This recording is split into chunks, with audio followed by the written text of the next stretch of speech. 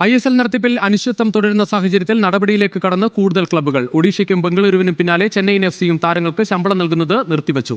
നേരത്തെ ചെന്നൈയുടെ youth team പ്രവർത്തനങ്ങൾ നിർത്തിവച്ചിരുന്നു. നാളെ AIFF വിളിച്ച യോഗത്തിൽ ആദ്യം ചെന്നൈക്ക് ക്ഷണം ഉണ്ടായിരുന്നില്ല. പിന്നീട് മുഴുവൻ ക്ലബ്ബുകളെയും യോഗത്തിലേക്ക് ക്ഷണിക്കുകയായിരുന്നു.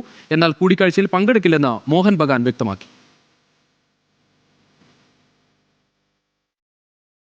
ഇംഗ്ലണ്ട് പരമ്പരയ്ക്ക് പിന്നാലെ ടെസ്റ്റ് റാങ്കിങ്ങിൽ ഇന്ത്യൻ താരങ്ങളുടെ കുതിപ്പ്. ബാറ്റിംഗിൽ 3 സ്ഥാനങ്ങൾ മെച്ചപ്പെടുത്തി യശസ്വി ജയ്സ്വാൾ 5-ാം സ്ഥാനത്തെത്തി. ഋഷഭ് പന്തും ആദ്യ 10-ലെത്തി. ബൌളിംഗിൽ 12 സ്ഥാനങ്ങൾ മെച്ചപ്പെടുത്തി മുഹമ്മദ് സിറാജ്. 25 സ്ഥാനങ്ങൾ മുന്നേറി പ്രസിദ്ധ് കൃഷ്ണ.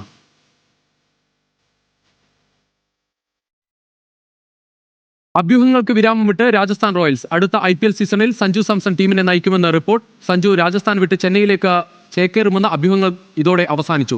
സഞ്ജുവിനെയോ മറ്റ് താരങ്ങളെയോ കൈമാറ്റം ചെയ്യാൻ മാനേജ്മെന്റ് തയ്യാറല്ലെന്ന് രാജസ്ഥാൻ അധികൃതർ പറഞ്ഞതായി ദേശീയ മാധ്യമങ്ങൾ റിപ്പോർട്ട് ചെയ്തു.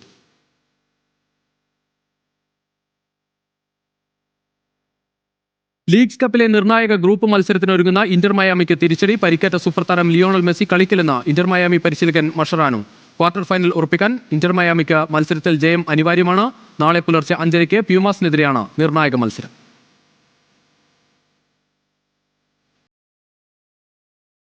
ഇന്ത്യയുടെ ഏകദിന നായകനാകാൻ ശുഭ്മാൻ ഗിൽ തയ്യാറെടുത്തു കഴിഞ്ഞെന്ന് മുൻ ഇന്ത്യൻ താരം മുഹമ്മദ് കൈഫ്. ഇംഗ്ലണ്ടിനെതിരെ ഗിൽ നായകനായും ബാറ്ററായും തിളങ്ങിയെന്ന് കൈഫ് പറഞ്ഞു. നായകനായുള്ള ആദ്യ ടെസ്റ്റ് പരമ്പരയിൽ തന്നെ സമനില പിടിക്കാൻ സാധിച്ചത് നേട്ടമാണെന്നും മുഹമ്മദ് കൈഫ്.